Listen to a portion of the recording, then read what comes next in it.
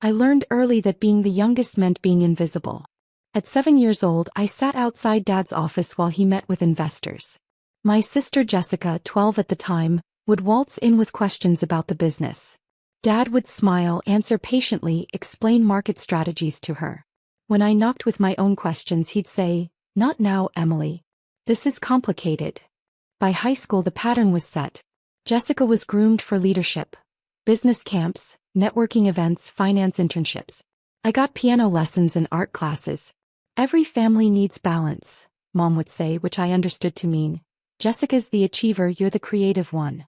I stopped trying to join business conversations around age 16. Instead, I listened. I absorbed everything they discussed at dinner. Profit margins, expansion strategies, investor relations, market positioning. I just never contributed.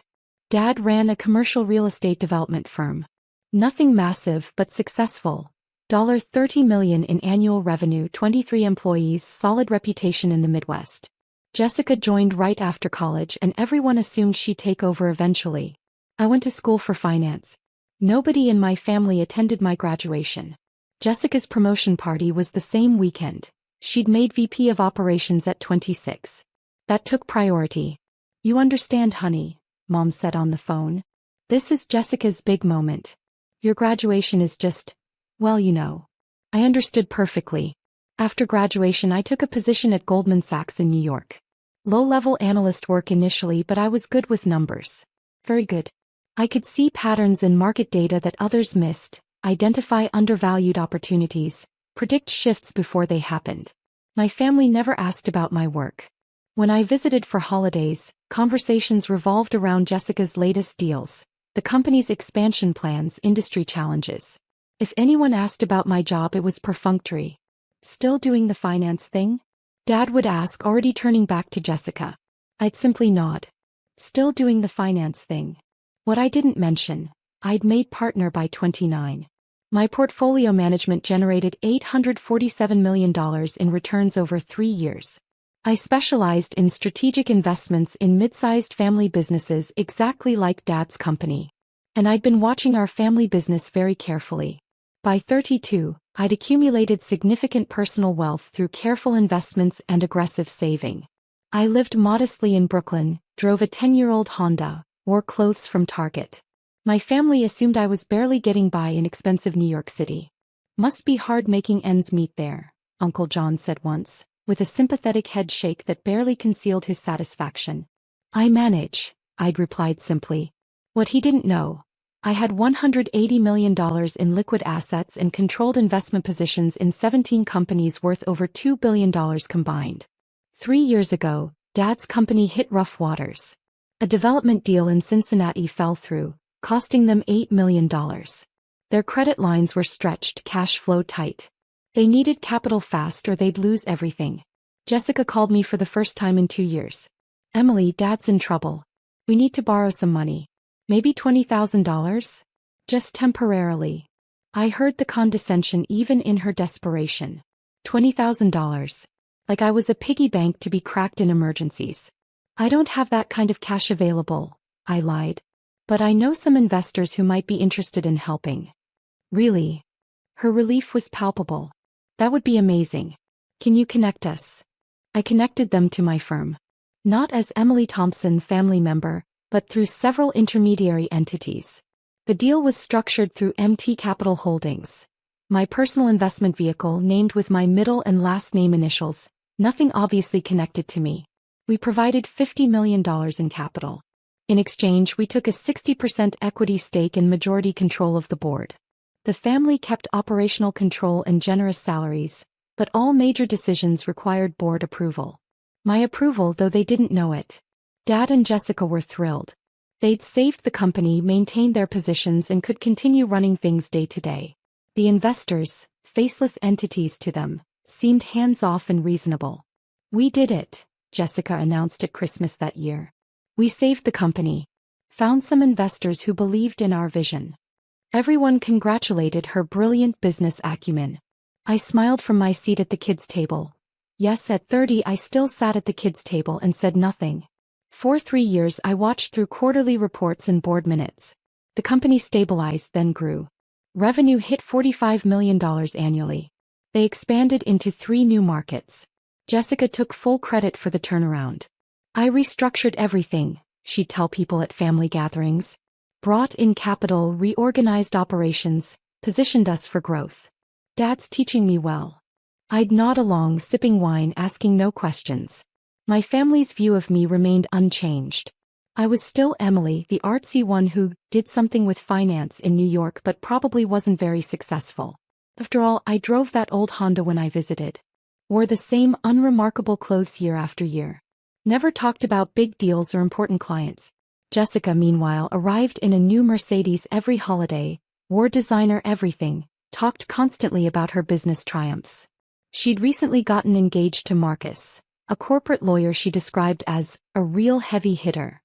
You should try to meet someone successful like Marcus, she told me once, her voice dripping with sisterly concern.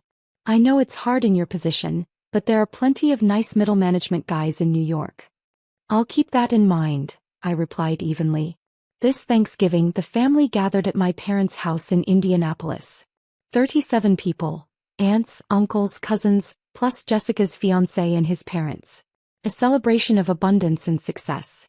I arrived in my Honda carrying a store-bought pie, wearing a simple navy dress from Target. Jessica arrived in her Mercedes, bringing artisanal wine and stories of her latest $12 million deal. Dinner was the usual hierarchy. Dad at the head of the table, Mom to his right, Jessica beside her with Marcus.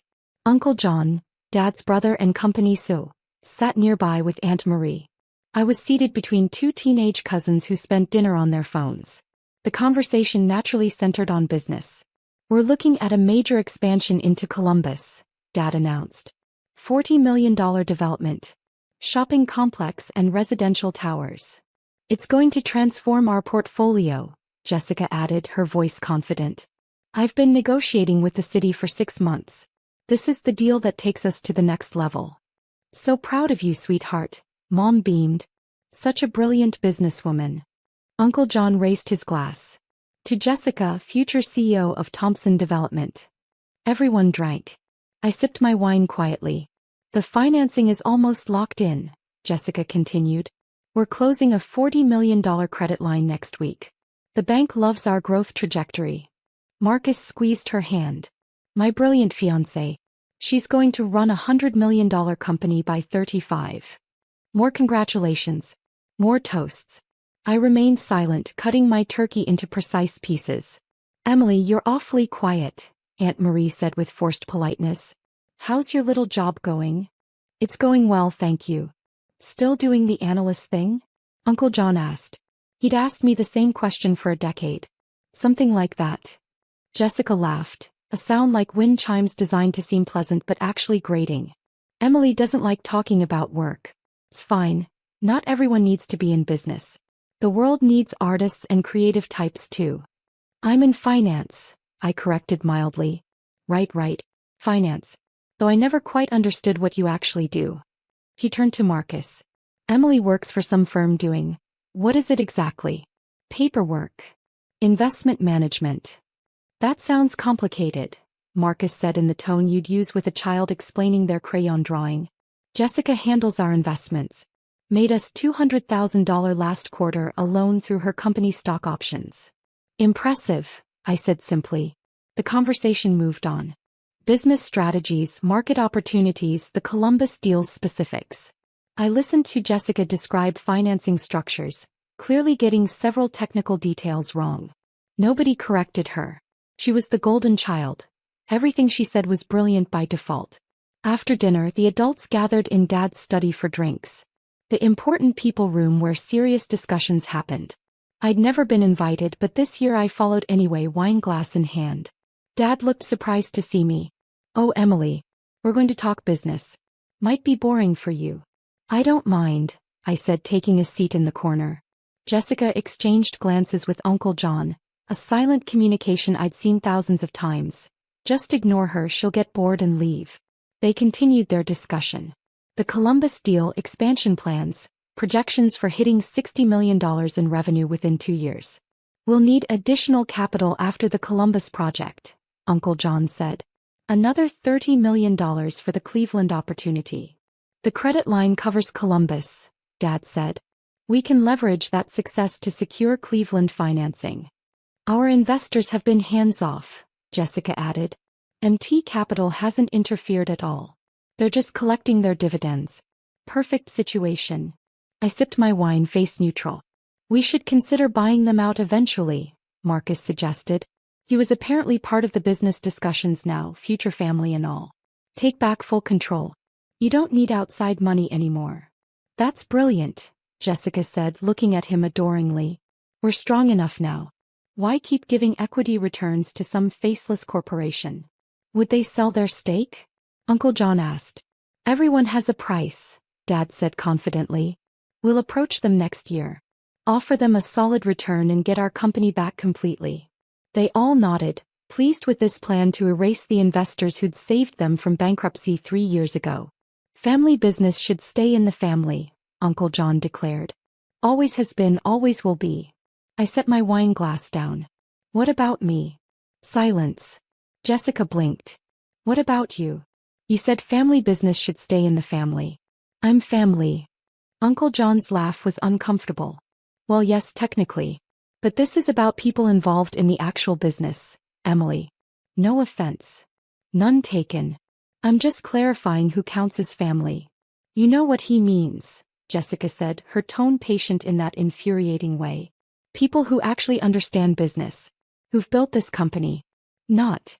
She gestured vaguely at me. Not. Stay out of real business discussions, Jessica laughed, looking around the room for support. Everyone smiled awkwardly. This is complicated stuff. Financing structures, equity stakes, corporate strategy. It's not really your world. Uncle John smirked, emboldened by Jessica's dismissal. Know your place, Emily. We love you, but business isn't for everyone. You're creative, that's wonderful. Let us handle the boring corporate stuff. I picked up my wine glass, took a slow sip. Nodded once. Understood. My phone buzzed. I glanced at the screen. Richard Chin, president of National Commerce Bank, returning my call from earlier. I stood phone in hand. Excuse me. I need to take this. Of course, Jessica said absently, already turning back to Dad. Now about the Cleveland timeline. I stepped into the hallway, answered the phone. Richard, thanks for calling back. Miss Thompson, good to hear from you. You mentioned needing to discuss the Thompson development account. Yes. I'm reviewing my portfolio allocations. The $40 million credit line for Thompson Development.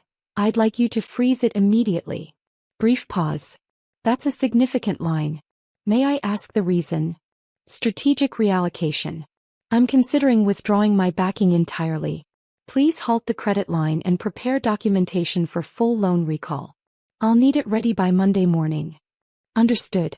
Though I should mention this will significantly impact their Columbus project. Without that credit line. I'm aware of the implications. Please proceed. Of course. I'll handle it personally. Anything else? Yes, actually. I'd like to review all accounts where Thompson Development is listed as beneficiary or guarantor. Prepare a complete portfolio analysis.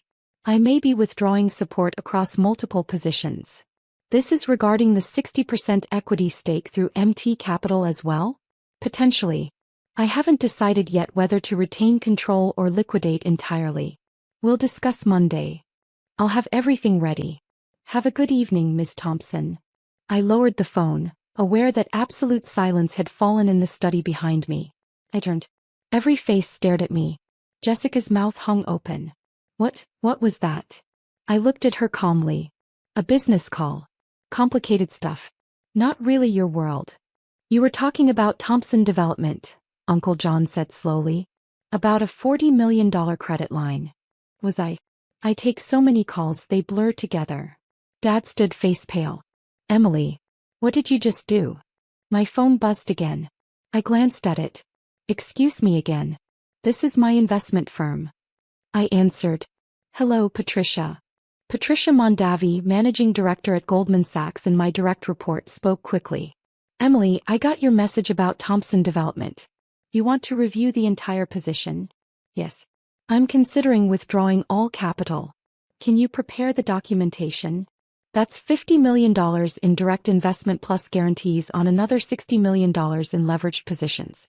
Total exposure around $110 million. If we withdraw, the company collapses. I know. Please prepare the paperwork anyway. I'll decide over the weekend. This is unusual for you. You typically don't pull out of stable positions. Is there a problem with the company performance? No, the company's fine. This is personal. Understood. I'll have everything ready. Should I coordinate with Richard at National Commerce? Yes, please. He's freezing their credit line. We'll need to present a unified position. They're going to be devastated. That company can't survive losing you as primary backer. I'm aware. Thank you, Patricia. Enjoy your Thanksgiving. I ended the call. The study remained utterly silent. Jessica found her voice first, barely above a whisper. Primary backer? I sat back down, picked up my wine glass. You were saying something about Cleveland? Please continue. Emily. Dad's voice shook. What is happening right now? Business discussion. I thought you wanted me to stay out of those. The bank president called you Miss Thompson, Uncle John said, his face ashen. About our credit line. About our company. I said nothing, just sipped my wine. Jessica's hands trembled. MT Capital. Oh my God. That's you. MT Capital is you. I don't know what you mean. Middle name Marie. Last name Thompson. MT Capital. She couldn't finish the sentence. My phone buzzed a third time. I showed them the screen. Stephen Park, MT Capital Board Chairman. Actually my corporate attorney, but they didn't need those details. I answered on speaker. Stephen. Emily, I received notice you're considering withdrawing from Thompson Development. The board needs to discuss this.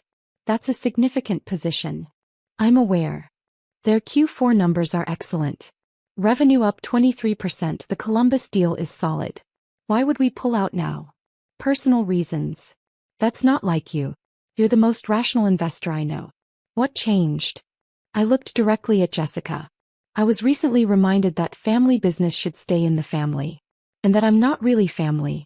Just creative types who should know their place. Stephen's pause was heavy. Someone said that to you? About Thompson Development. Multiple someones actually. At Thanksgiving dinner. Just now.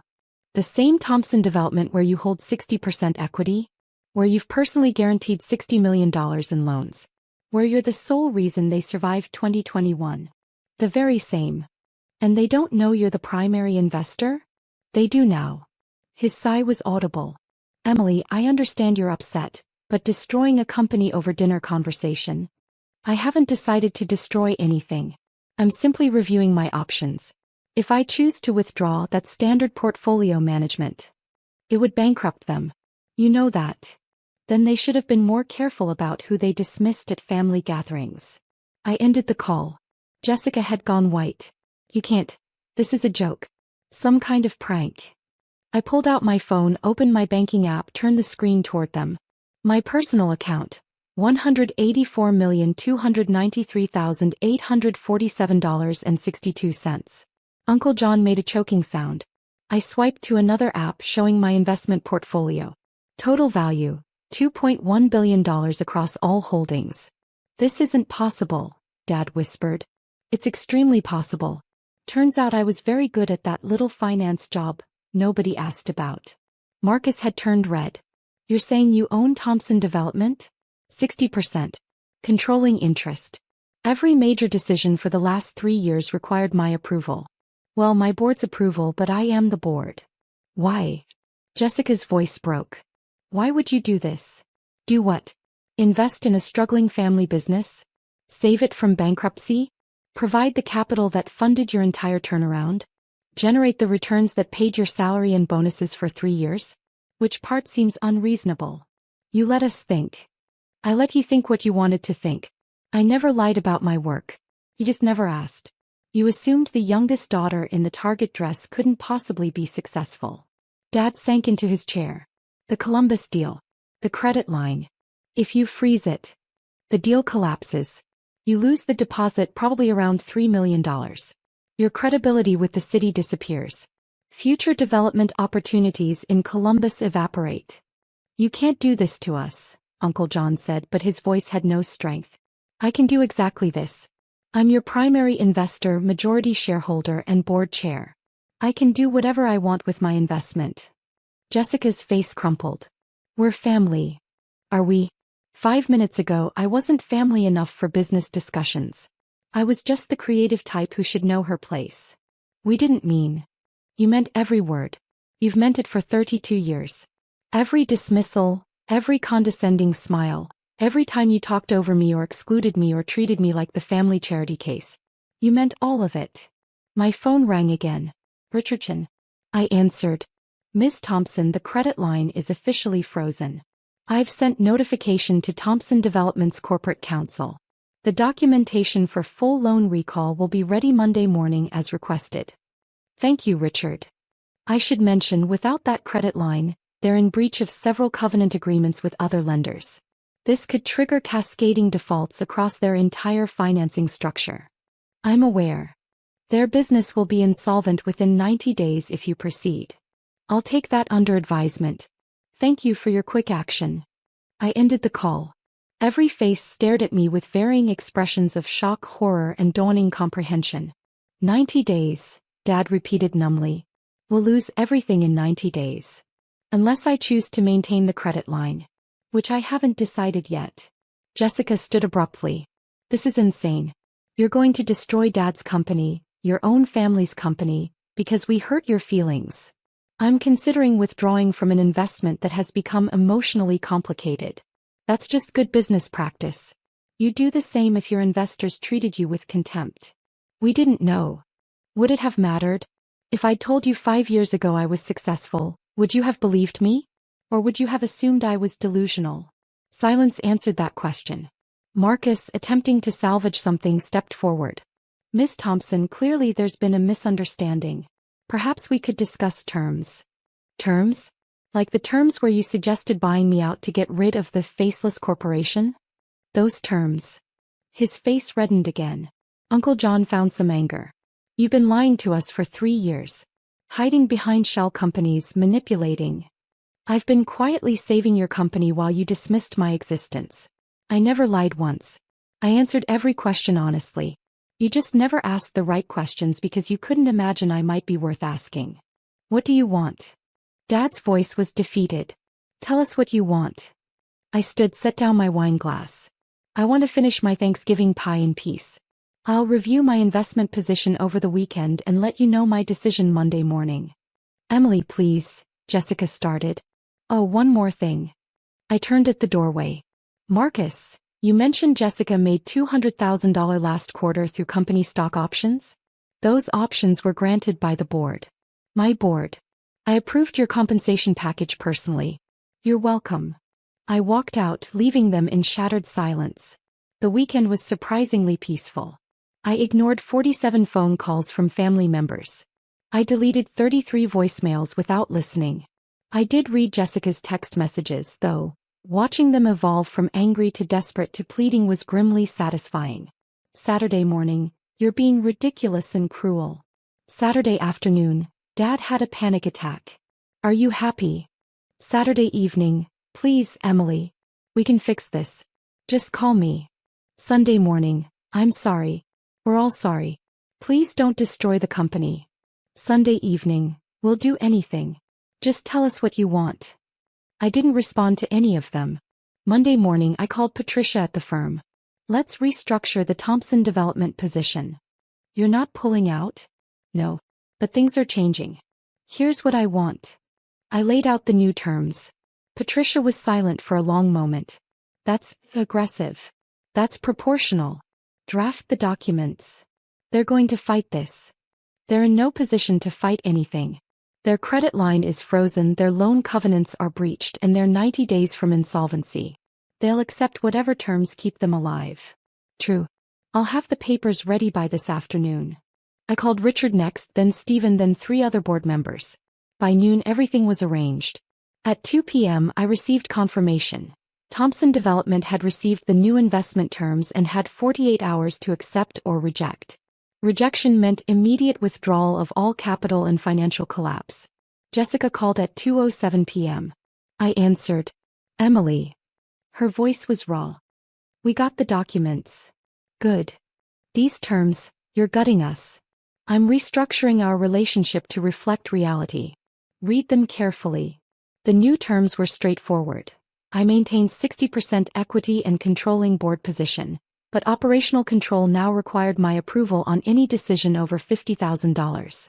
All major hires, all contracts, all expansion plans needed my signature. Jessica's salary was cut from $340,000 to $120,000. Uncle John's salary was cut from $280,000 to $95,000. Dad could remain as CEO but in advisory capacity only. Marcus was barred from any involvement in company decisions. Additionally, I would be recognized publicly as the primary investor and board chair. No more hiding behind MT Capital's anonymity. Every company document, every press release, every public statement would acknowledge my role. You're taking over completely, Jessica said. No. You can still run daily operations. But every significant decision goes through me. And everyone will know I'm the one who saved this company. Dad will never accept this. Then Dad can preside over bankruptcy proceedings. The terms are non-negotiable. You're destroying everything he built. He destroyed it himself in 2021. I rebuilt it. Now everyone gets to know the truth. We're family, Emily. Then start treating me like it. You have 48 hours to decide. I ended the call. Tuesday at noon I received the signed documents. They'd accepted every term without modification. Wednesday I drove to Indianapolis for the emergency board meeting. My first time attending in person rather than through proxies. I walked into the conference room wearing a Dior suit, carrying a Bottega Veneta bag, every inch the successful executive I'd always been but never showed them. Dad, Jessica, and Uncle John sat on one side of the table. They looked like they'd aged 5 years in 5 days. I took my seat at the head of the table. Good morning. Let's begin with Q4 projections. The meeting lasted 4 hours. I asked detailed questions, challenged every assumption, pointed out the flaws in their Columbus timeline and Cleveland projections. I demonstrated exactly how much I knew about their business, more than they did in many cases. By the end, they'd agreed to my revised strategy, accepted my operational oversight, and acknowledged my authority. One final item, I said as we concluded. Family gatherings. Thanksgiving, Christmas, birthdays. Jessica looked up warily. I'll continue attending. I'll sit at the adults' table from now on. And business discussions include me, not as the quiet observer but as an active participant. Given that I control the majority of this family's financial stability, that seems appropriate. Of course, Dad said quietly. Also the narrative changes. No more stories about Jessica single-handedly saving the company. The truth is I saved it. He operates it. Those are different things and everyone needs to understand the distinction. People will ask questions, Uncle John said. About where you got the money, how you built your career without anyone knowing. Then you'll answer honestly, you never asked. You assumed I was unsuccessful because I didn't perform success the way you expected it to look. That assumption was your failure, not mine. They nodded, defeated. I stood, gathering my materials. The Columbus project moves forward. I'm releasing the credit line. But we're restructuring the deal with better terms. I'll send the revised proposal by Friday. Thank you, Jessica whispered. Don't thank me. This is business. I'm protecting my investment. That's all this has ever been. I walked out of Thompson Development headquarters. My headquarters now really, and drove back to New York. Thanksgiving next year was different. I arrived in a Tesla wearing Armani, carrying wine that cost more than the turkey. I was seated at the head table next to Dad. When business discussions started, they looked to me first. Emily, Dad said formally, what do you think about the Cleveland expansion timeline? I laid out my analysis. Everyone listened carefully, took notes, asked respectful follow-up questions. Jessica sat quietly, her confidence from previous years completely eroded. She'd become what I'd always been, the person in the room whose opinion didn't quite matter. Uncle John deferred to me on every significant point. Marcus, no longer welcome at business discussions, ate his dinner in silence. Later, as I prepared to leave, Jessica caught me alone in the hallway. You've changed, she said softly. No. You just finally see me clearly. I'm sorry. For everything. for all the years of dismissing you." I looked at her evenly. "You're sorry you were wrong. That's not the same as being sorry for how you treated me. That's not fair. Neither was 32 years of condescension. But here we are. Are you going to punish me forever?" "I'm not punishing you at all. I'm running a business in which I'm the majority shareholder. Every decision I've made has been sound corporate governance. If that feels like punishment, perhaps examine why." She had no answer for that. I drove back to New York that night thinking about family, power, and perception. They'd spent 3 decades teaching me that I was less than them. Smaller, quieter, less important. They'd believed their own story so completely that they never questioned it, never looked deeper, never considered they might be wrong. The truth is, I could have told them years ago. I could have shown up in designer clothes, driven the luxury car, displayed my success like Jessica displayed hers. But I chose not to. Because I wanted them to value me for who I was, not what I had. I wanted them to respect me as a person, not as a portfolio. They failed that test completely. And now they lived with the consequences. Successful daughter Emily, the financial genius they never bothered to know, the investor who controlled their entire world. "Know your place," Uncle John had said. I knew my place now. At the head of the table where I'd earned it. And they knew their place too, dependent on the family member they dismissed for 32 years, grateful for my continued generosity, aware that everything they had existed because I allowed it. That wasn't the justice I'd wanted as a child sitting outside Dad's office. But it was the justice I'd earned as an adult who'd built an empire in silence while they built assumptions on sand. Sometimes the best revenge isn't dramatic. It's simply letting people discover they were wrong about you all along, and that their mistake cost them everything.